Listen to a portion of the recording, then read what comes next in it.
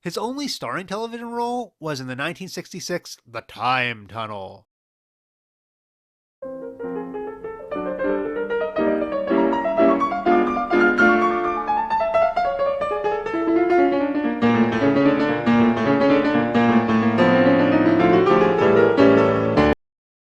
Hello, and welcome to episode 13 of Frasier Fridays, where all the salads are tossed and all the eggs are scrambled. Today, we're up to lucky episode number 13, which isn't so lucky for Frasier. It's entitled, Guess Who's Coming to Breakfast?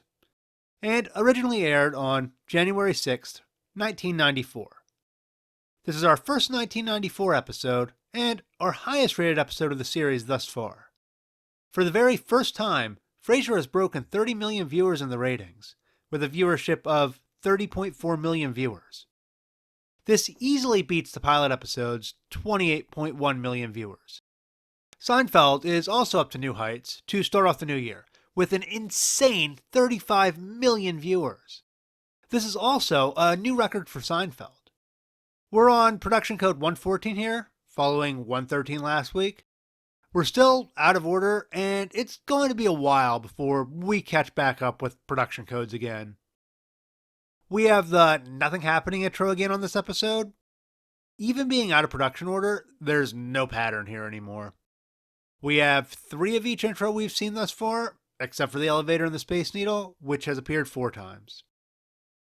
Andy Ackerman is in the director's chair again this episode, and Molly Newman shows up for writing duties.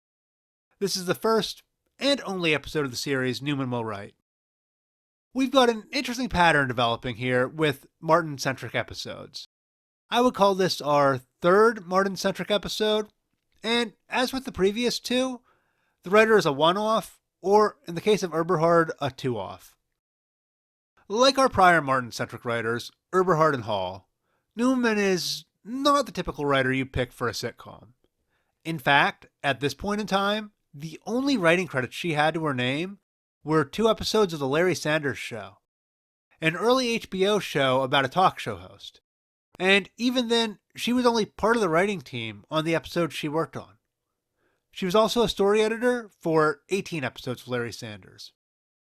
A story editor is a go-between job that's part of the writer's room, but is also in constant contact with the producers. She'd go on from there to mainly work as an executive producer. She's worked on Seventh Heaven, Tracy Takes On, Brothers and Sisters, and Code Black. She's written a few episodes for all of these shows, but for the most part, she's stuck to executive producing. In fact, outside of this episode of Frasier, the only other show she's written an episode for where she didn't have some kind of regular role in the show's production was a 1993 episode of Murphy Brown. Newman is our first executive producer-writer, and a neat addition to the Frasier writers' bullpen. Moving into the episode, we have the return of our first scene being a guest caller scene. Interestingly, like the last episode, we again have multiple guest callers this week. The opening scene's guest caller is a 12-year-old Elijah Wood. Today, Wood is a huge name and a huge movie star. In 1994, he was a 12-year-old child actor, whose first acting job was in a Paula Abdul music video, and first credited role was as a video game boy in Back to the Future Part 2. He was getting fairly consistent work when he took the spot on Frasier, but he was far from being a household name. Throughout the rest of the 90s, Wood's star gradually rose until 2001, when he landed the role of Frodo in the Lord of the Rings trilogy. Since then, he's done a number of roles, which I can only describe as quirky, including Dirk Gently's Holistic Detective Agency, Grand Piano, Wilfred, and my personal favorite of his, Yellow Jackets, where he plays Christina Ricci's boyfriend. Kind of. We don't get our other 2 guest callers until later in the show, but I want to talk about them now anyway. The second caller is Piper Laurie. Piper Laurie is a genuine movie star, with roles dating all the way back to 1950. She's probably best known for her role as Carrie's mother in the 1976 Stephen King classic Carrie, or her Oscar-winning 1961 film The Hustler. Laurie didn't confine her acting abilities to only spending time on movie sets, She also did a number of television shows. Most notably, she had a recurring role on the David Lynch classic Twin Peaks, and she'll appear in another episode of Frasier, this time in person in a Season 6 episode. She'll actually earn an Emmy nomination for her guest appearance on that Season 6 episode. Our third guest caller is another of our unusual guest callers that isn't really an actor. Like Dominic Dune last week, Henry Mancini is an inspired choice for a guest caller. This guest caller spot is his only credited acting role that has lines, and his other acting roles are either playing himself or a character in the background. Mancini is an easy-listening music legend. During his life, he released dozens of albums, racked up 72 Grammy nominations, and 20 wins. He created the theme for the Pink Panther, Breakfast at Tiffany's, which, fun fact, is a song Frasier starts playing immediately after hanging up on Mancini, and the theme for the 1969 Romeo and Juliet, which hit number 1 on the Hot 100 list. He's also helped score literally hundreds of movies and TV shows, ranging from NBC Nightly News to Creature from the Black Lagoon to The Great Mouse Detective. Sadly, he passed a mere 6 months after making this guest appearance. While Niles is being an excessive flirt with Daphne, as usual, we get a really weird angled shot of the kitchen. It's clearly done this way so Niles can effectively hurt himself, but it just feels odd. Normally, we can see further over to the right to Frasier's coffee machine, or if we have a view centered this far to the left, it's been more zoomed in prior shots. There's nothing wrong with it, it just feels out of place with what we've previously seen. Martin's date in this episode, Elaine, is played by a pretty minor actress named Linda Stevens. This is her first of 3 appearances on television in the 90s, and her first television appearance since 1983. This episode of Frasier and an episode of Law & Order SVU in 2001 are her most notable appearances. In 1983, she appeared in an episode of a show called The Littlest Hobo, which is about the adventures of a German Shepherd named The Littlest Hobo, and ran for 6 seasons. It's a remake of a 1963 show of the same name, which ran for 2 seasons. Stevens is fine as an actress, but not great. She never manages to get those excellent facial expressions and reactions our main cast does, but she serves her purpose fine in the role. This is the only time she'll appear in the series. I get we're still in early days of the series, and I don't think we ever add another older woman to the cast as Martin's significant other, at least as a recurring role. But I wish we'd see some of these women again that Martin's going out with. Martin went out with the woman in the building across the street in episode 4, and now he's dating someone else here. Frasier has been shown to be concerned with his father's love life, both times Martin has gotten involved with someone. Yet, when these relationships assumingly don't work out, we're not hearing anything else about them. I get it's in the nature of sitcoms to be self-contained, which means a guest star subplot isn't likely to carry over to the next episode, but it would be nice to get a line of dialogue about what happened to Martin's current lady friend. At the same time I had these complaints about Martin's love life, I'm fine with Roz's love life doing the exact same thing. I think this is because Martin has been shown to be very conservative about his love life, while Roz is not. She's had a date with a different guy probably 1 in 3 episodes, even though we haven't seen any of them before. That changes this episode, with Roz not necessarily starting an office romance, but going on a date with a guy in the office named Noel Shempsky, played by Patrick Kerr. Kerr is a "that guy who was in that thing" actor. He didn't start acting until 1991, but he's been a busy guy since then.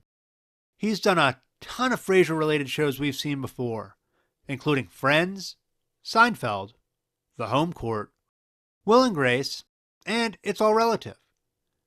There's only 3 shows he's had long recurring roles on: the 1998 Susan Beavers comedy Oh Baby, the 2023 Chris O'Dowd dramedy The Big Door Prize, and Frasier. He'll return to the role of Noel another 21 times, making this character the longest recurring role of his career. We also get another shot of the Frasier poster in the hallway during his conversation with Roz after their date. So I guess I was wrong last week about those being a one-off appearance for the Christmas episode. And I'm thankful for that, because it's a nice personalization for the radio hallways. During Mancini's call, Roz and Frasier start horsing around in the studio.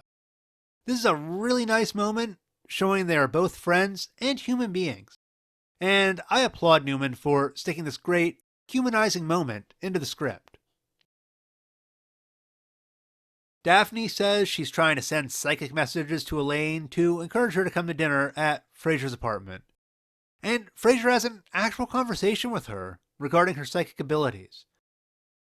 When Daphne initially interviewed in the pilot, I was expecting there to be more of a foil effect between Frasier and Daphne, due to her belief in psychic powers and Frasier's strong aversion to them. Instead, Frasier seems to have adapted to it, and even believes in it to some extent. And to be honest, at least in the world of Frasier, I think Daphne clearly does have some kind of psychic abilities.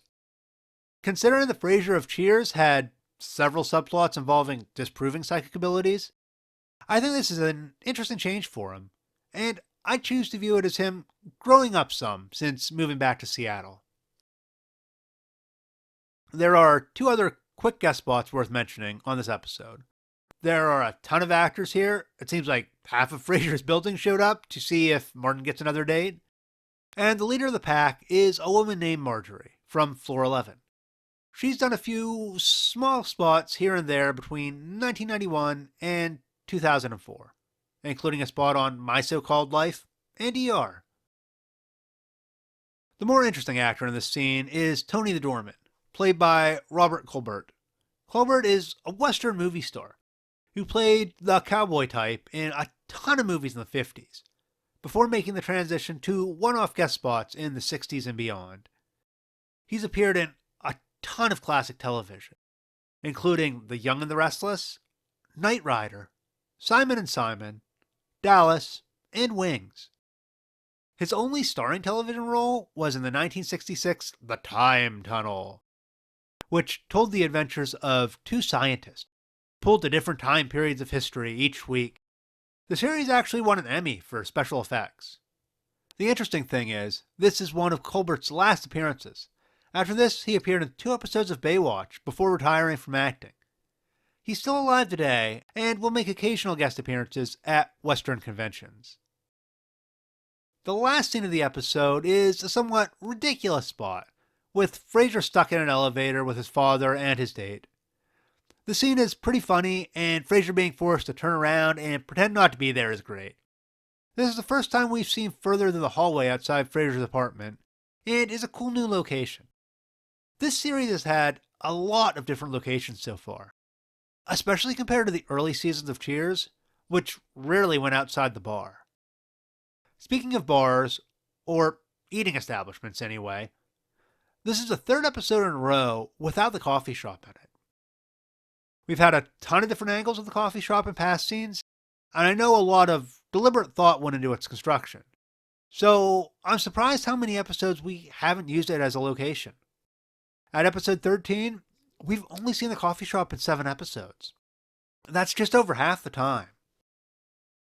Just before the end of the episode, we get a really weird conversation between Frasier and Daphne, where Frasier kind of comes on to her, and she is either completely oblivious or just too nice and shuts him down fast.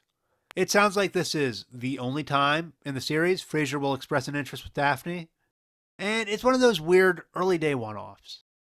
I don't hate the idea of Frasier and Daphne being together, but given how much Niles is crushing on her, I don't think there was ever really a chance beyond a 1 or 2 episode plotline of Frasier and Daphne happening.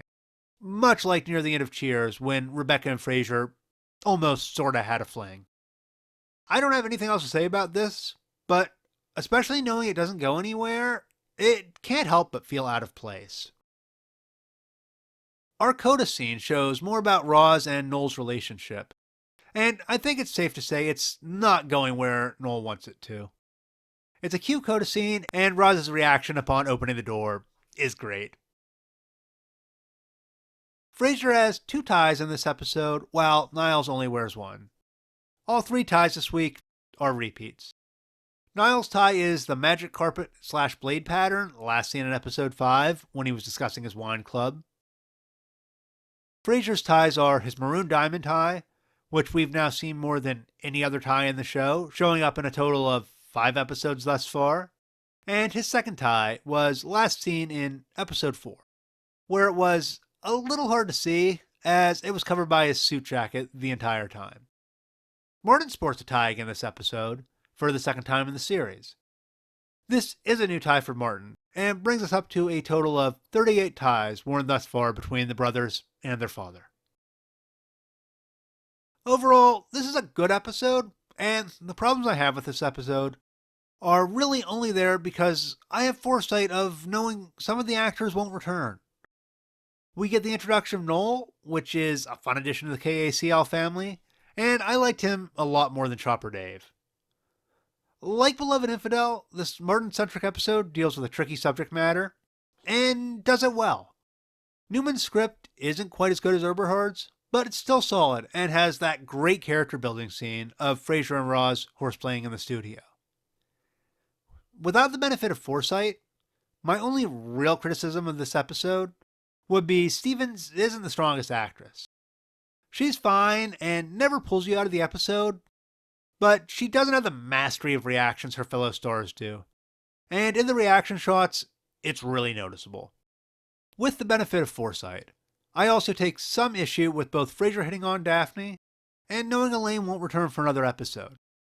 If we get a line or two about how it didn't work out, that's a reservation I'm more than happy to remove. If you have foot and mouth disease and need an excuse to stop talking, why not put on this 7 out of 10 episode of Frasier?